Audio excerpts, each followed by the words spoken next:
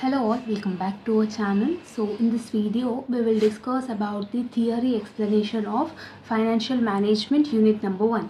So unit number 1 lo questions theory ki vache chance undi, long lo short lo and case studies ela adugutaru everything ee video lo discuss chedamu. Problematic kosam unit number 1 problematic kosam నేను separate గా video చేస్తాను, ఎందుకంటే ఇప్పుడు ఆ problematic కూడా నేను ఇందులోనే upload చేస్తే మీకు కొంచెం కన్ఫ్యూజన్ అనేది వస్తుంది కాబట్టి.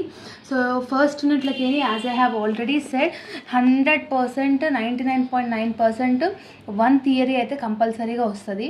So one theory plus one problematic అన్న అడగవచ్చు, లేదు అంటే 2 క్వశ్చన్స్ థియరీయే అడగవచ్చు లాంగ్లో.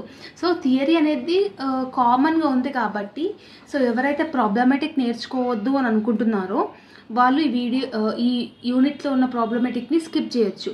అంటే ప్రాబ్లమెటిక్ నేర్చుకున్నా కూడా అది ఎగ్జామ్లో వస్తుందా రాదా అనేది తెలియదు, బట్ థియరీ మాత్రం కంపల్సరీగా వస్తుంది. So give priority to theory from unit number 1.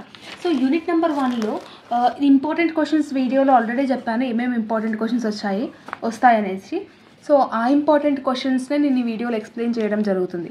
So అందులో ఫస్ట్ వన్ ఏంటి అని అంటే, what is finance function or financial management, and financial management యొక్క నేచర్ ఏంటి, దాని యొక్క సిగ్నిఫికెన్స్ అంటే స్కోప్ ఏంటి, దాని యొక్క సిగ్నిఫికెన్స్ ఏంటి అనేది అడుగుతున్నారు. So financial function or financial management అన్న ఒకటే. సో కంపల్సరీగా మీరు ఫైనాన్షియల్ మేనేజ్మెంట్ యొక్క మీనింగ్, దాని యొక్క డెఫినేషన్ కంపల్సరీగా నేర్చుకోవాలి. ఫైనాన్షియల్ మేనేజ్మెంట్ డెఫినేషన్ ఏంటి? The act of providing the means of payment. The act of providing the means of payment అంటున్నాడు. అంటే మనం పేమెంట్ చేయాలి అన్నదాన్ని ఒక యాక్షన్ లాగా, whatever that we are providing the means of payment, that is called financial management.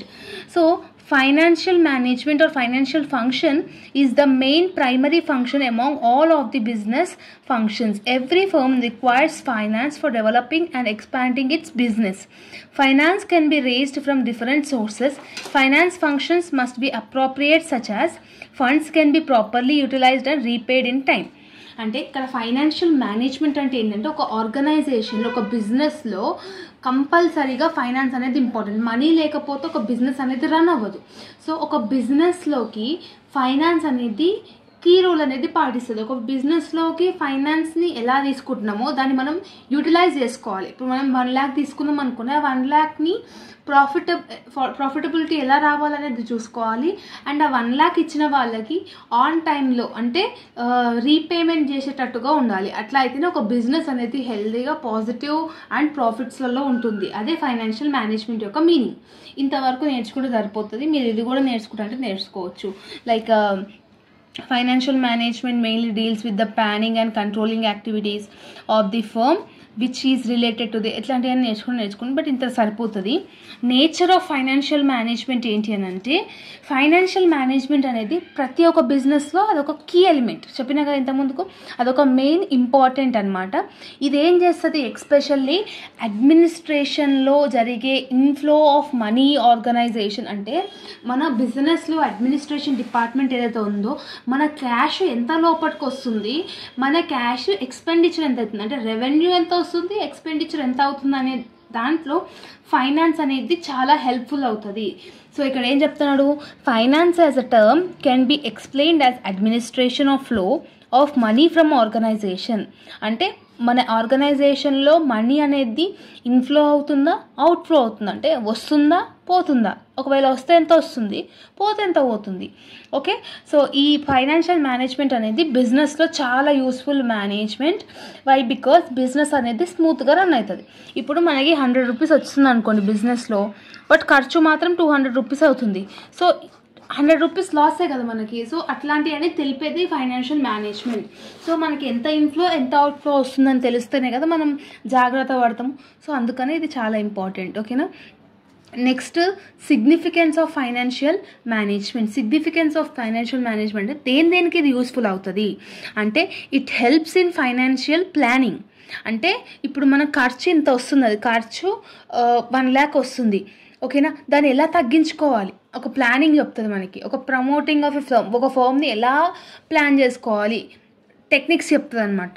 Next it helps in acquiring of funds at right time at lowest possible cost. అంటే మనకి కావాల్సిన టైంలో మనకి మనీ అందజేసే ఫైనాన్స్ యాజ్ వెల్ యాజ్ తక్కువ interest వచ్చేటట్టుగా ఉంటుంది. అంటే మన బిజినెస్ మంచిగా ప్రాఫిటబిలిటీలో ఉంటే మనకి ఎవరైనా ఫైనాన్స్ ఇవ్వడానికి రెడీగా ఉంటారు.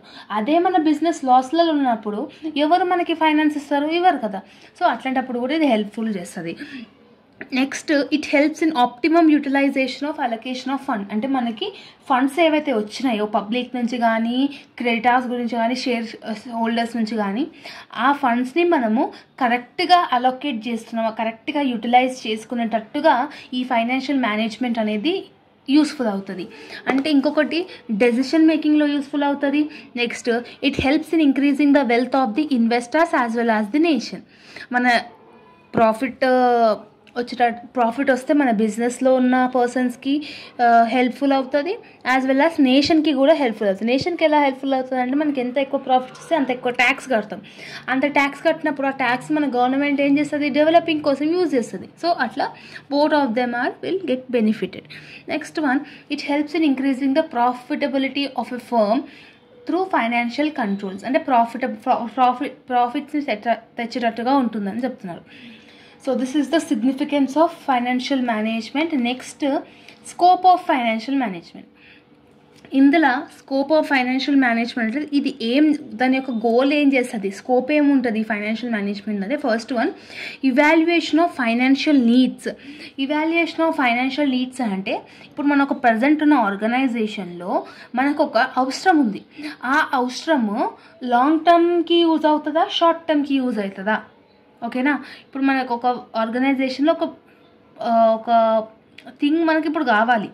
ఆ థింగ్ ఇప్పుడు మనకు కావాలంటే ఫైనాన్షియల్ నీడ్ మనకు కావాలంటే ఆ పర్టికులర్ నీడ్ని మనం తీసుకుంటే లాంగ్ టర్మ్లో యూజ్ అవుతుందా, షార్ట్ టర్మ్లో యూజ్ అవుతుందా అనేది తెలియజేస్తుంది. దీన్నే ఇవాల్యుయేషన్ ఆఫ్ ఫైనాన్షియల్ నీడ్స్ అని అంటాం. Second one determining the structure of capital. Determining the structure of capital అంటే మన క్యాపిటల్ యొక్క స్ట్రక్చర్ అంటే లాంగ్ టర్మ్ బిజినెస్ ఆర్గనైజేషన్స్లలో ఎంత క్యాపిటల్ రేజ్ చేస్తే బాగుంటుంది, అదే చిన్న బిజినెస్ ఆర్గనైజేషన్లో ఎంత క్యాపిటల్ స్ట్రక్చర్ ఉంటే బాగుంటుంది అనేది డిటర్మైన్ చేసేదే second point. Third one choosing an appropriate source of finance. అంటే మన ఫైనాన్స్ తెచ్చుకోవడంని like for example appropriate sources అంటే మనం ఎక్కడికి తెచ్చుకుంటున్నాం అనేది చాలా జాగ్రత్తగా తెచ్చుకోవాలి. ఫర్ ఎగ్జాంపుల్ బ్యాంక్స్ నుంచి కానీ, పబ్లిక్ డిపాజిట్స్ గురించి కానీ, అంటే వీళ్ళ దగ్గర నుంచి తీసుకుంటే అప్రోప్రియేట్గా తీసుకుంటున్నామా లేదా, అంటే కరెక్ట్ ప్లేస్ నుంచి తీసుకుంటున్నామా లేదా అనేది కూడా important. Okay. Fourth one deciding the pattern of investment. Deciding the pattern of investment అంటే నువ్వు తెచ్చుకున్న ఫినాన్స్ని ఎలా ఇన్వెస్ట్మెంట్ చేస్తున్నావు, whether you are doing a capital budgeting, లేదంటే ఏదన్నా ఆపర్చునిటీ కాస్ట్లో ఇన్వెస్ట్ చేస్తున్నావా, క్యాపిటల్ ఎక్స్పెండిచర్ అవుతుందా, అంటే ఈ టెక్నిక్స్ అన్నిటినీ యూజ్ చేసుకునేటట్టుగా ఉండాలి. దాన్నే ప్యాటర్న్ ఆఫ్ ఇన్వెస్ట్మెంట్ అంటాం. Next effective cash management. Effective cash management is nothing but నీ క్యాష్ ఇన్ఫ్లో కానీ అవుట్ఫ్లో కానీ ఎలా మేనేజింగ్ చేస్తున్నావు. అంటే మన బిజినెస్ ఆర్గనైజేషన్లో క్యాష్ అనేది చాలా ఇంపార్టెంట్. అన్ని డిపార్ట్మెంట్స్లో క్యాష్ లేని పని కాదు. సో అట్లాంటప్పుడు సచ్ యాజ్ రా మెటీరియల్స్ కానీ, పేమెంట్ ఆఫ్ వేజెస్ కానీ, ఏదైనా ఎక్స్పెన్సెస్ కానీ, ఇట్లాంటి అన్ని క్యాష్ రిలేటెడ్ ఉన్నప్పుడు how you are maintaining your cash అంటే నువ్వు క్యాష్ని ఎంత జాగ్రత్తగా వాడుతున్నావు అనేది కూడా ఇది important. Next exercising financial controls. Exercising financial controls అంటే ఏంటంటే డిఫరెంట్ కంట్రోల్ టెక్నిక్స్ అనేది మన ఆర్గనైజేషన్లో ఉంటాయి. For example budgetary control, ratio analysis, investments ఇట్లాంటివి. బడ్జెటరీ కంట్రోల్ అంటే ఏంటి అంటే మనం ఒక ప్రోడక్ట్ తయారు చేస్తున్నప్పుడు మనం ఇంత బడ్జెట్ అని అనుకుంటాం. అంటే ఇంత కాస్ట్, ఈ 1000 రూపీస్లో ఈ ఒక ప్రోడక్ట్ తయారైపోవాలి అనుకుంటున్నాం.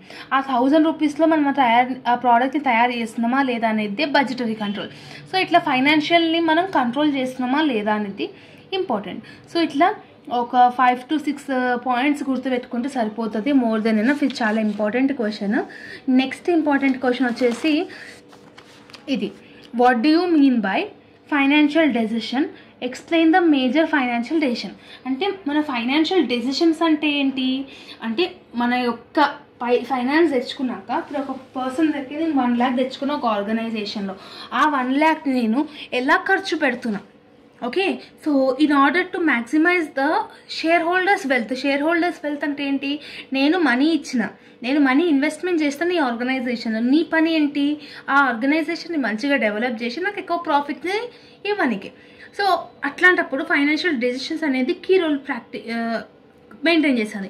అందులో ఎన్ని టైప్స్ ఉంటాయి, 3 types ఉంటాయి. Investment decision, financing decision, dividend decision. Investment decisions అంటే ఏంటంటే నువ్వు ఎలా ఇన్వెస్ట్ చేస్తున్నావు నీ ఫైనాన్స్ని, లాంగ్ టర్మ్లో ఇన్వెస్ట్ చేస్తున్నావా, షార్ట్ టర్మ్లో ఇన్వెస్ట్ చేస్తున్నావా. మనం ఒక షేర్ని, ఒక కంపెనీ యొక్క షేర్స్ని మనం కొనుక్కుంటున్నాం అనుకుని ఇన్వెస్ట్మెంట్ చేస్తాం. ఆ ఇన్వెస్ట్మెంట్స్ 10 yearsకి చేస్తుంటే లాంగ్ టర్మ్, అంటే మోర్ దెన్ 5 yearsకి చేస్తే లాంగ్ టర్మ్, షార్ట్ టర్మ్కి చేస్తున్నాము. అంటే లాంగ్ టర్మ్ చేసుకుంటే ఎక్కువ ప్రాఫిటబిలిటీ వస్తుందా, షార్ట్ టర్మ్ చేసుకుంటే ఎక్కువ ప్రాఫిటబిలిటీ వస్తుందా అనేది నీకు తెలిసి ఉండాలి. Next one financing decision is nothing but మన ఫండ్స్ ఏవైతే ఆర్గనైజేషన్లో ఉంటాయో అవి మెయింటైన్ చేసుకుంటూ ప్రాఫిటబిలిటీని ఇంక్రీజ్ చేసుకోవాలి. అంటే ఉన్న సోర్సెస్తోనే మన బిజినెస్ చేసి, ఉన్న ఎక్విప్మెంట్స్తోనే, ఉన్న టూల్స్తోనే మనం బిజినెస్ని చేసి దాన్ని మనము ప్రాఫిటబిలిటీలోకి కన్వర్ట్ చేసుకుంటే దాన్ని ఫైనాన్సింగ్ డెసిషన్స్ అంటాం.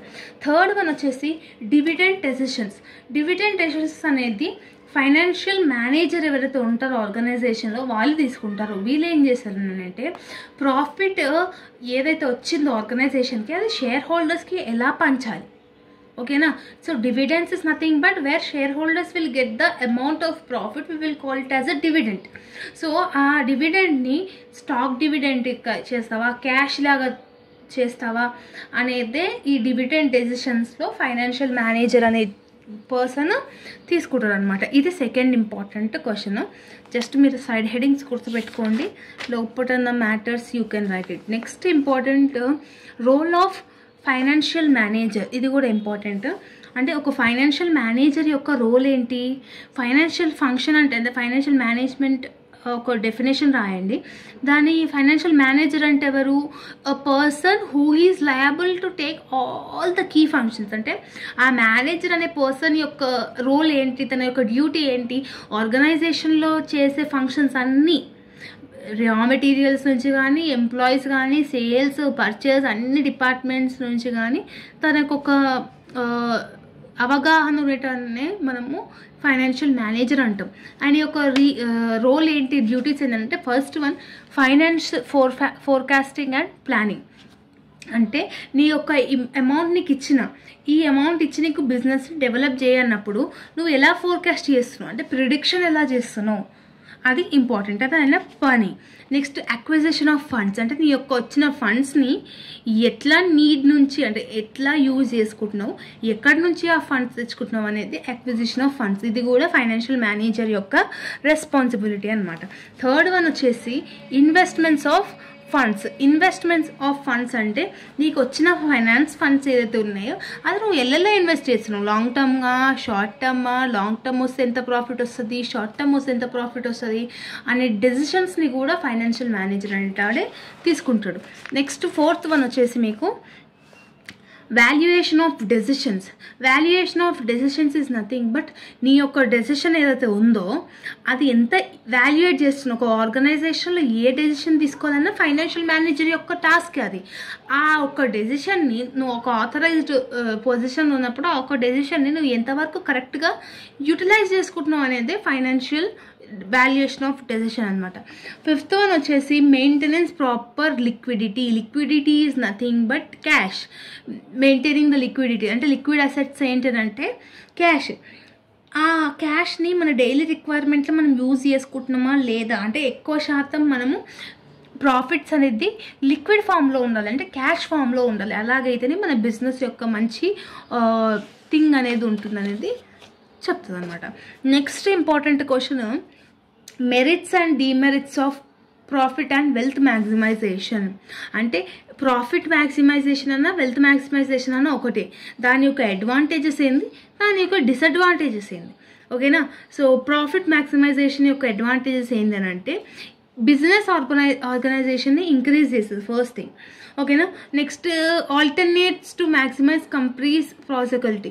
అంటే ఇప్పుడు ఫర్ ఎగ్జాంపుల్ ఒక పని ఒక కంపెనీయే చేస్తుందని లేదు. అంటే ఇప్పుడు ఫర్ ఎగ్జాంపుల్ ఒక కంపెనీలో అడ్మినిస్ట్రేటివ్ డిపార్ట్మెంట్ ఉంటుంది, సేల్స్ డిపార్ట్మెంట్ ఉంటుంది, వర్కింగ్ డిపార్ట్మెంట్ ఉంటుంది.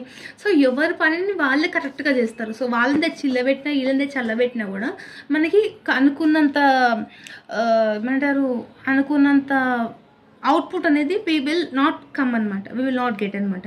Next shows the position of a company. అంటే ఈ ప్రాఫిట్స్ మంచిగా ఉన్నప్పుడు, ప్రాఫిట్స్ మ్యాక్సిమం ఉన్నప్పుడు మన కంపెనీ యొక్క వెల్త్ అనేది, అంటే మన కంపెనీ యొక్క ఎఫిషియంట్ అనేది తెలుస్తుంది. Next one, it is a strategy which emphasizes the utilizing the capital resources. అంటే ప్రాఫిట్స్ మంచిగా ఉన్న కంపెనీస్లో మనం ఎలా యూజ్ చేస్తున్నాం మన క్యాపిటల్ రిసోర్సెస్ని, ఎలా ఇన్వెస్ట్ చేస్తున్నాం, ఎలా ఇన్వెస్ట్మెంట్ చేస్తే మనకి ఎక్కువ ప్రాఫిట్స్ వస్తాయి అనే దాన్ని కూడా ఇది యూస్ఫుల్ అవుతుంది. Next, it facilitates the difference between efficiency through profits. అంటే ఇక్కడ ఏం చెప్తున్నారు అని అంటే relation between financial decisions and profits. అంటే ప్రాఫిట్స్ ఎక్కువ ఉన్న కంపెనీకి ఫైనాన్షియల్ డెసిషన్ తీసుకోవాలన్న ఒక కీ ఫంక్షన్ కూడా ఇక్కడ మనకి వస్తుంది. ఇది మెరిట్స్. డిమెరిట్స్ వచ్చేసరికి it develops unethical practices like corrupt practice, unfair trade practice. అంటే ఒక కంపెనీలో ప్రాఫిట్ ఎక్కువ వచ్చేసింది అనుకోండి, వాళ్ళు ఏం చేస్తారు, కరప్షన్ చేయనిక చూస్తారు. సింపుల్ ఎగ్జాంపుల్ చెప్పాలని అంటే జియో సర్వీస్ సెంటర్స్లలో ఇప్పుడు ప్రజెంట్ ఉన్న సినారియోలో జియో అనేది రేట్లు డబల్ పెంచేసినారు చాలా. సో అట్లాంటప్పుడు ప్రాఫిట్ ఎక్కువ ఉన్న కంపెనీస్ ఏం ఆలోచిస్తాయంటే ఎక్కువ మంది పీపుల్ వాళ్ళ కంపెనీకి యూజ్ అంటే అడిక్ట్ అయిపోయినారు కాబట్టి ఎంత అమౌంట్ పెడితే వాళ్ళంత పెట్టుకుంటారనే ఒక ఇదితో కరప్ట్ చేస్తారు. సో సేమ్ అట్లానే ప్రాఫిట్ ఎక్కువ ఉన్న దానికి రిస్క్ కూడా ఎక్కువ ఉంటుంది, కంపెనీకి రిస్క్ కూడా ఎక్కువ ఉంటుంది. Next, it takes unnecessary assumptions. అంటే ఒక కంపెనీ సడన్గా ప్రాఫిట్ ఎక్కువ అయిపోయింది అనుకోండి, వాళ్ళు ఏం చేస్తారు, ఎర్నింగ్ హ్యాబిట్స్ని అన్నెసెసరీ అజంప్షన్స్ చేస్తారు. అంటే మన కంపెనీస్లో ఎట్లా వచ్చిన ప్రాఫిట్ వస్తుందని చెప్పేసి చాలా లో క్వాలిటీ ప్రోడక్ట్స్ తయారు చేయడం కానీ ఇట్లాంటివన్నీ చేస్తారు. సో మెరిట్స్ అండ్ డిమెరిట్స్ ఉంటాయి, ఇవి చదువుకోనికే ట్రై చేయండి. నెక్స్ట్, ఇది కూడా ఇంపార్టెంటే, the profit maximisation is not operationally feasible criterion. So profit maximisation గురించి కూడా అడిగినారు, ఈ క్వశ్చన్ కూడా ఇంపార్టెంట్, ఇది కూడా ఒకసారి చూసుకోండి. ఓకేనా. ఇందులో ఏముంటుందంటే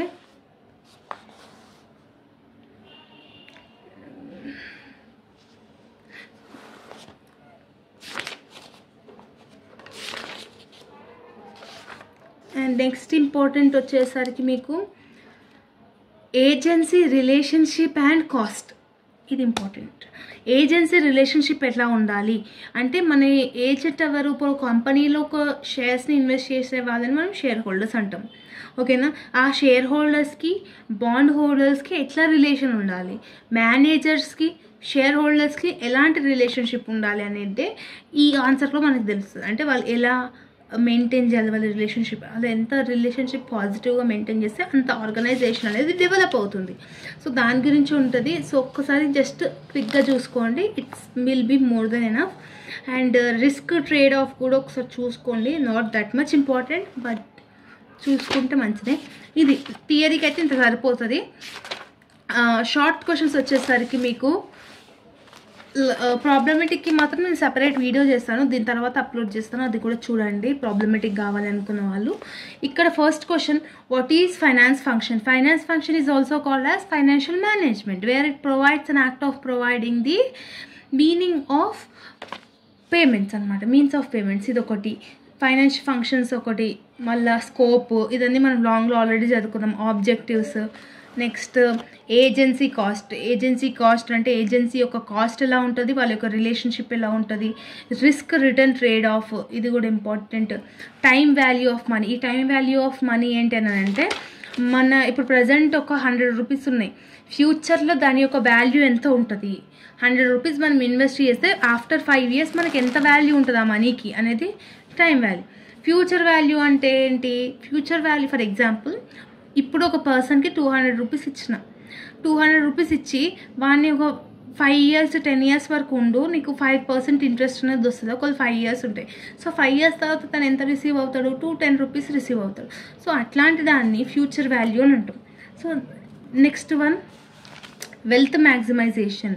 వెల్త్ మ్యాక్సిమైజేషన్ అని అంటే ఏంటనంటే, ఒక ఆర్గనైజేషన్లో ఏదైనా స్టాక్ హోల్డర్స్ వెల్త్ కానీ ఇట్లాంటివన్నీ మ్యాక్సిమైజేషన్ అయినప్పుడు ఏమవుతుంది, it apps number of shares. అంటే ఒక కంపెనీ వెల్త్ పొజిషన్లో ఉన్నప్పుడు దాని మీద ఇన్వెస్ట్ చేయడానికి చాలామంది షేర్ హోల్డర్స్ వస్తారు. దాన్ని మనం వెల్త్ మ్యాక్సిమైజేషన్ అని అంటాం. సో ఈ క్వశ్చన్స్ నేర్చుకుంటే సరిపోతుంది. లాంగ్కి షార్ట్కి కేస్ స్టడీస్ అంటారా, case studies is purely own అనమాట. ఇదే చదువుకోవాలని రూల్ లేదు. సో కేస్ స్టడీస్ మీరు వదిలేయండి.